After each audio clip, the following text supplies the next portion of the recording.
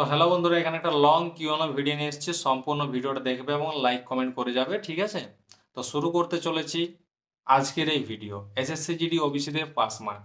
প্রথম কথা হচ্ছে, বহিরাগত ছেলেরা আমাদের স্টেটে আসে, আমাদের স্টেটে কাট অফ কম হয়, তাই যেটা ওদের লেখা থাকে সেই অনুযায়ী হয় না, বেশি যায় কাট অফ, ঠিক আছে? তাই ভালো করে পড়াশোনা করবে।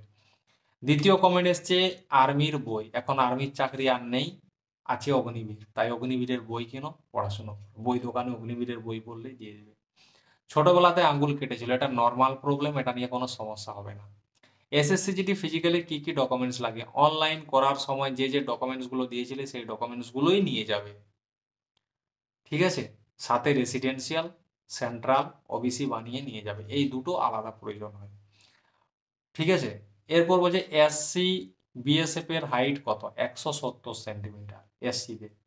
হার্নিয়া অপারেশন হয়েছে, ভালো জিনিস, এটা ঠিক হয়ে গেছে, মেডিকেলে পাস করবে। এসএসসি জিডি কতবার পরীক্ষা হয়, একবার হয়, প্রথমের পরীক্ষা 160 নম্বর, সেটাই পাস করলে মাঠে ডাকবে রানিং এর জন্য, রানিং পাস করলে মেডিকেলে, তারপর final list. SSC GD CGL এর মানে কি, এসএসসি জিডি সিজিএল আর এসএসসি জিডি যেটা আছে, দুটোর ব্যাপার আলাদা, ঠিক আছে? এসএসসি একটা আলাদা, এসএসসি জিডি যেটা, আরেকটা এসএসসি সিজিএল আলাদা। এসএসসি জিডি হচ্ছে staff selection commission general duty, আর এসএসসি সিজিএল হচ্ছে staff selection combined graduation level exam, মানে এটা কলেজ পাস ছেলেদের জন্য, এটা উচ্চ মাধ্যমিকের না। হাত বেঁকা আছে, এটা ঠিক করো তাহলেই হবে।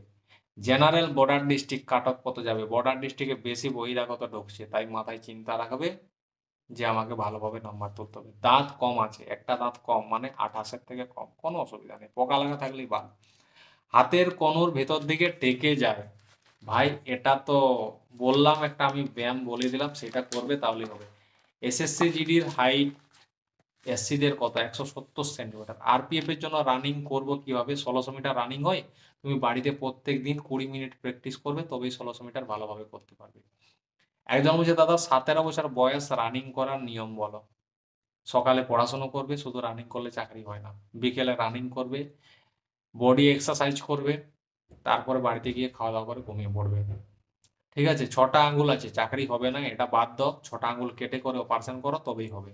এসএসসি জিডি রানিং প্র্যাকটিস সকালে না বিকেলে, আমি ভাই বিকেলে করতাম, ঠিক আছে? তারপরে বাড়িতে গিয়ে জিম করতাম, খাওয়া দাওয়া করে ঘুমিয়ে পড়তাম। সকালে রানিং করলে দুনিয়া ভরের পরেশানি বাড়ে, মানে ঘুম পাই, পড়াশোনা তো কিছুই হবে না লাস্ট পর্যন্ত, তো এই জন্যই বিকেলে করতাম। এবার যে রানিং রাস্তায় করব না মাঠে করব, দেখো রাস্তায় রানিং তোমার টেস্ট হয়, কিছু কিছু জায়গায় মাঠও হয়, তবে একটা কথা আমি এখানে বলছি, যারা মাঠে রানিং প্র্যাকটিস করে তাদেরকে যদি রাস্তায় রানিং করতে বলা হয়, সে বলবে পা ব্যথাচ্ছে, কোমর ব্যথাচ্ছে, হাঁটু ব্যথাচ্ছে। কিন্তু যারা রাস্তায় রানিং করে তাদেরকে মাঠে করতে বলে কোনো কষ্ট হবে না, তাই রাস্তায় যখন রানিং করবে সেটাই হচ্ছে তোমার ভালো। আর যদি বলে শরীরের ক্ষতি করে, তাহলে ভাই তোমার এই লাইনে আসা দরকার নেই, প্রথম কথা।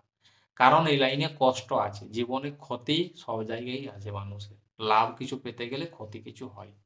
তো আশা করি কথাটা বুঝতে পেরেছো, চ্যানেলটা সাবস্ক্রাইব করবে, নতুন ভিউয়ার্স হলে লাইক কমেন্ট করে যাবে।